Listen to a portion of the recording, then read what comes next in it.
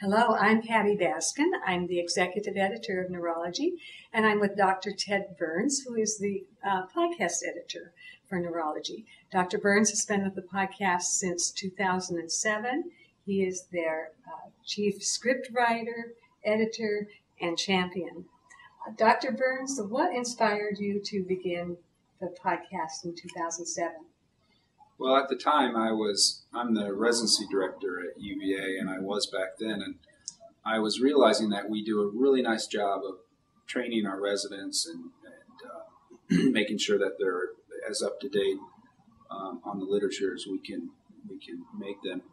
But I was a little concerned that after they graduate from residency, that we don't focus our efforts on helping physicians, neurologists stay up to date.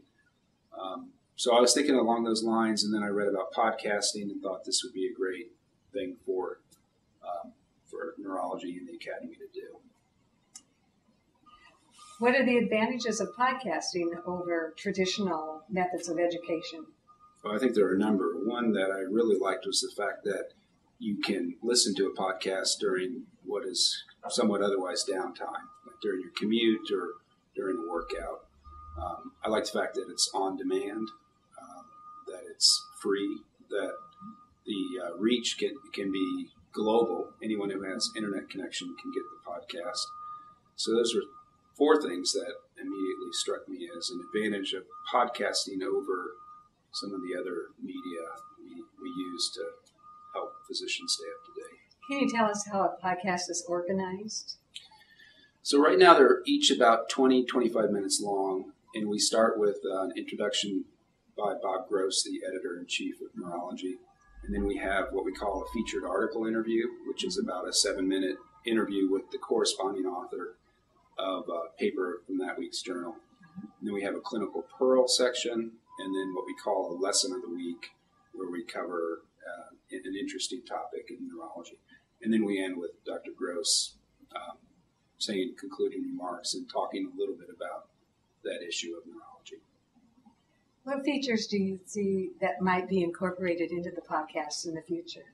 Well, we've been thinking a lot about that lately, and one thing I'm excited about is we have now 90 or 100 hours of content from previous shows, and I'd like us to organize those.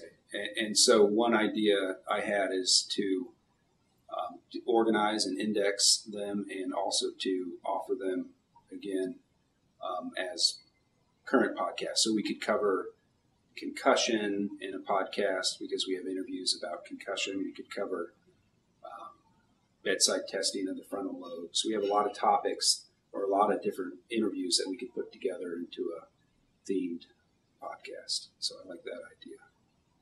Thank you, Dr. Burns. I hope you will enjoy listening to the Neurology Podcast.